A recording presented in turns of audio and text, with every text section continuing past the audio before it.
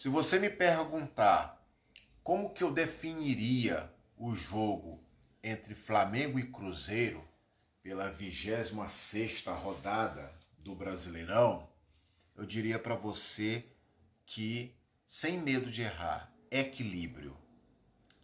Porque o que a gente viu ontem foi um verdadeiro, vamos dizer assim, embate de tática, vamos colocar dessa forma, tá? Um embate tático, não é?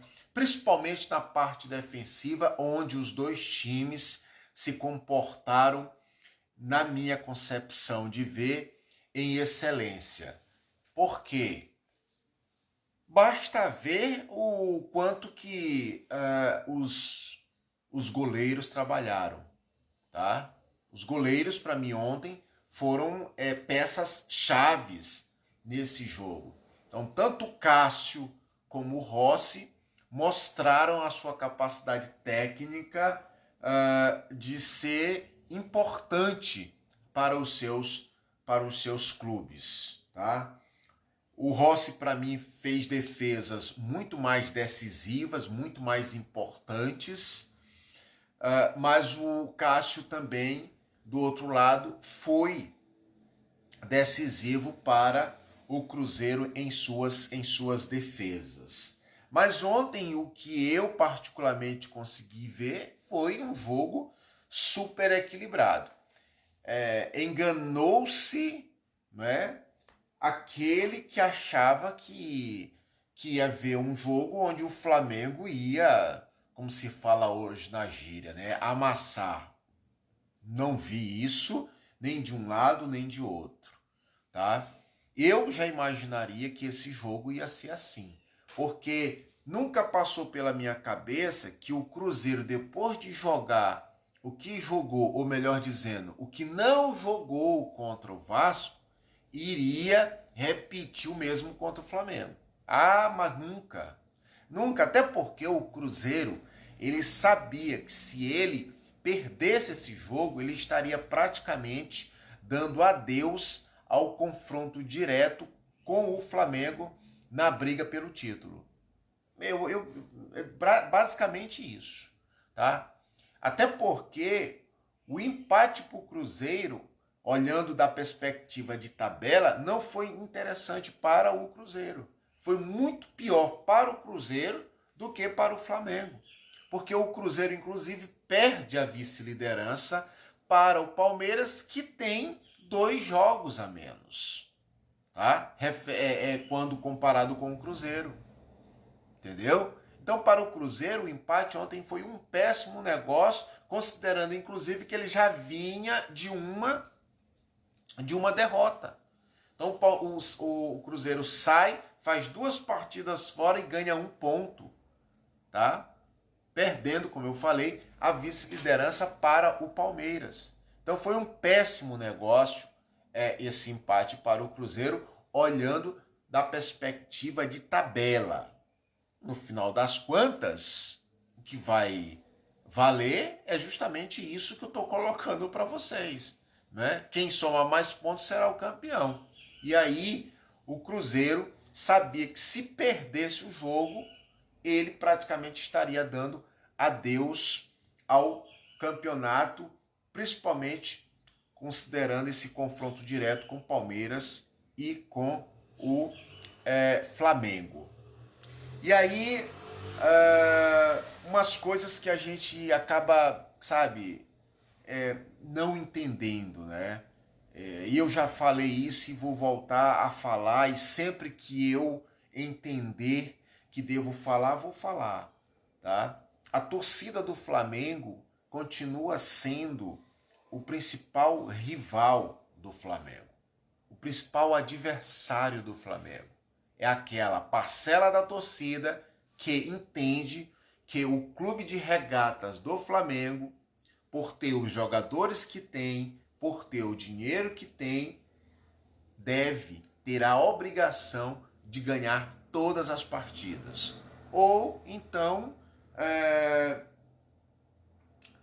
entende que o Flamengo já tem que ser campeão de tudo que participa. E não é assim, porque do outro lado está uma equipe super competitiva. É verdade que ontem a gente teve alguns jogadores, como o Samuel Lino, que não jogou bem, é verdade, mas que não merece vaia, não merece ser vaiado. Você ir para o estádio para vaiar o seu jogador, eu acho que não tem cabimento. Eu vejo dessa forma. Chamar ou considerar o Felipe Luiz como técnico de mídia,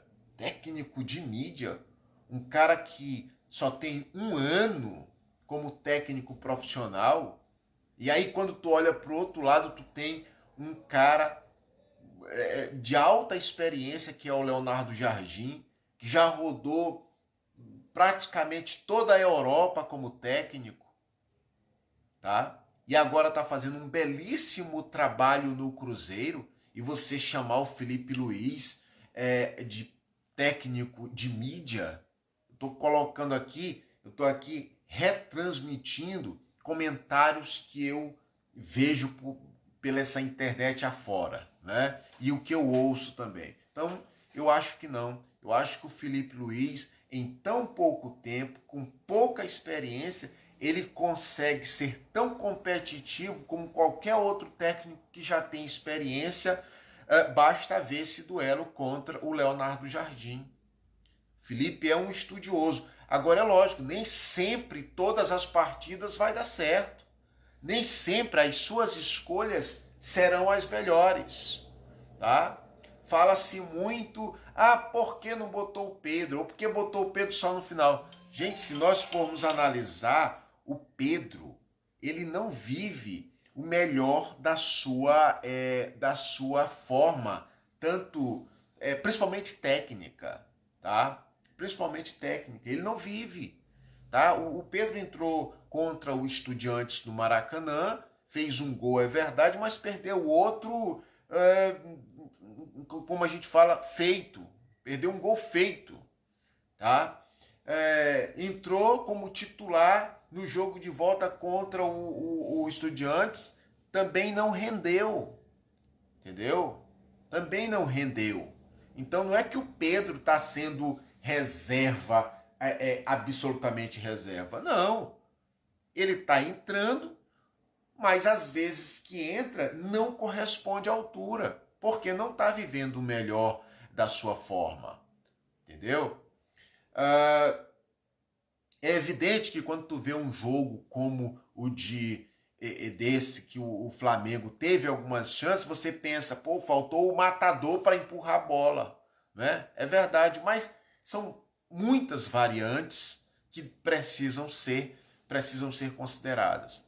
Então, não é que ontem o time foi péssimo, tanto falando do lado do Flamengo como do Cruzeiro. O Cruzeiro também criou, e como eu falei aqui, o Rossi foi o jogador do Flamengo decisivo para impedir gols do Cruzeiro. Por quê? Porque do outro lado estava jogando uma equipe que está onde está não à toa.